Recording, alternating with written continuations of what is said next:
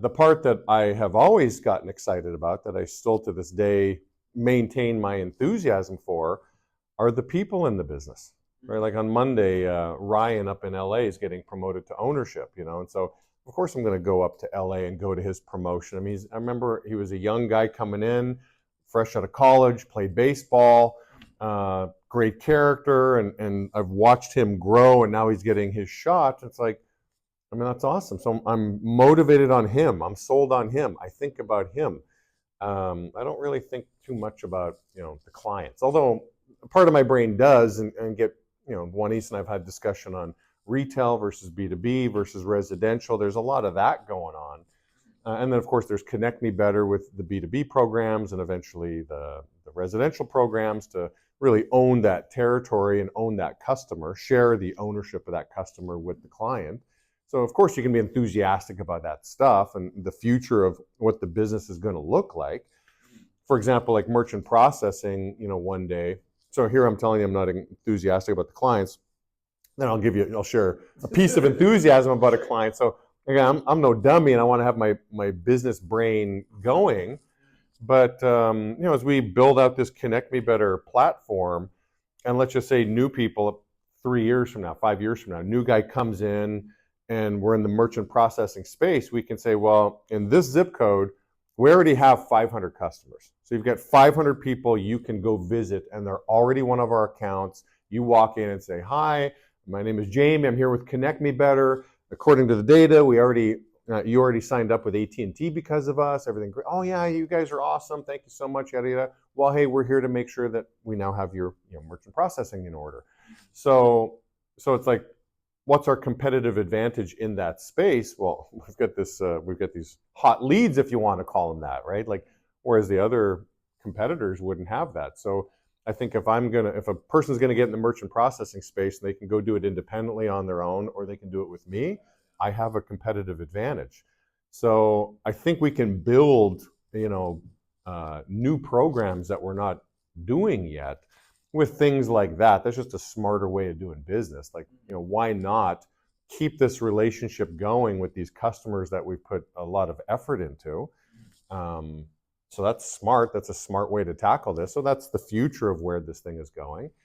But again, that stuff doesn't make me crawl out of my skin with enthusiasm. Ryan makes me crawl out of my skin. You guys make me crawl out of my skin. Your futures, you guys having kids and having babies and buying properties. I mean, to me, that's the stuff that gets me fired up. Flying out to Florida and hanging out with Brennan in his beautiful home and seeing the life that he's created for himself, and such a great girl with Colleen. I'm just like, I couldn't be happier for the guy. Like, dude, your life is like, you're on the right track. I feel great about what he's doing. That's all my enthusiasm's tied up in the people. Which the downside of that is when the people either fail or they quit, hey, your emotion goes with that as well too. And I've always said the hardest part of our business is the turnover. I've never been immune to that, where it's like, oh, so-and-so left, I don't care, I'm over it. I always take it personally. I always take it harder than some people say I should, but that I'm attached. I'm attached to the people. So it can be a great thing. It can be a tough thing to deal with, but that's the part where my emotions are tied around. And we make these judgment calls. Sometimes we're right, sometimes we're wrong. You try to get better. Your radar for talent should get better over the years. I mean, like 2024, you should be sharper than you were in 23. 2025, your radar should be more fine-tuned than it was in 2024. And so you just got to figure out what's really important to you. Like, okay, so these are the characteristics that I'm not willing to compromise on. Like, for me, like, character is right up there at the top.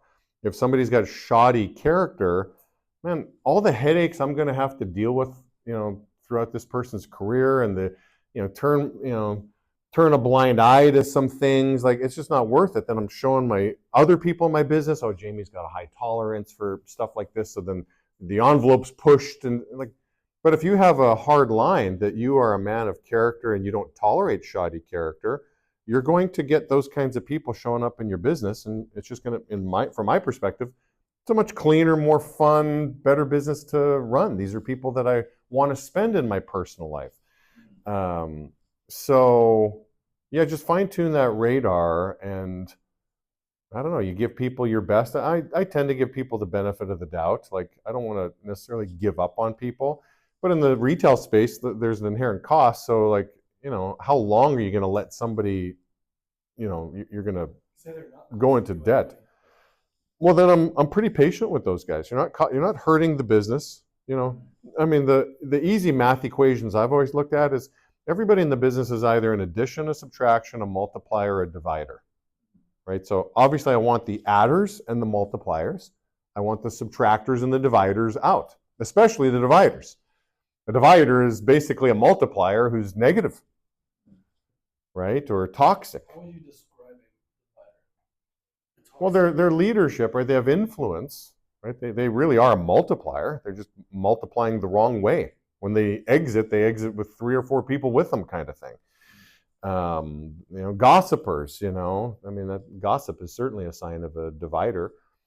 But if I've got somebody they're not a multiplier, they're not a Sebastian Angus, and building crews and, kicking butt, but they're an adder. I mean, I'll go slow with the adder. You're adding value. Like, I'm in no rush to get rid of somebody who's adding value. And look for the little things, like, there's a new person sitting in the lobby and you've got somebody who's, again, they're not this multiplier, they're not this dynamic leader, but they're always the one to sit with the new person in the lobby to make them feel comfortable and welcomed. And it's like, dude, you're adding value to my business. Like, I need more people like that. So I'm not going to put any unnecessary pressure on somebody like that to, step up and become this, strong leader in a short period of time. They're in this environment, they're in this culture, they'll get this sooner or later. It's funny, the story I think of, and it's funny. I remember, so Joe Nolan's child, Chase, was born 3 days after Dane. So they're basically like born at the exact same time. And so I remember 9 months into these little babies are 9 months old. I fly out to Austin and I'm hanging out with the Nolans, and Chase is walking. And Dane is like, I don't think he stood up. Like, he was on the ground the whole time. Come back from my trip to Texas, and Joanne's like, "Oh, what's the matter?" I'm like, well, I don't know. I haven't fully thought this through, but like Dane's like, he's on the ground. He's playing with his toys all the time, and like, Chase he's walking. Like, maybe there's something wrong with Dane. And Joanne says, "Are you concerned that Dane will never walk?" No, that thought never crossed my mind. Like, that he's got some kind of handicap or something like that. Like, he'll walk, he's just not walking now. She goes, like, I wouldn't put any effort, any thought into that. Like, he's going to walk one day, and when he's ready, he'll start walking. I'm like, oh yeah, maybe I should choose to not stress about something like that. Like, there's other things I could put my time and energy and worry into if I wanted to worry. And so when it comes to speed with our people, and again, if they're adding value and they're just not multiplying yet, what's the rush? They're loving the culture, they're loving the people, they're growing, they're learning, they're contributing. That's fantastic. That's what we want.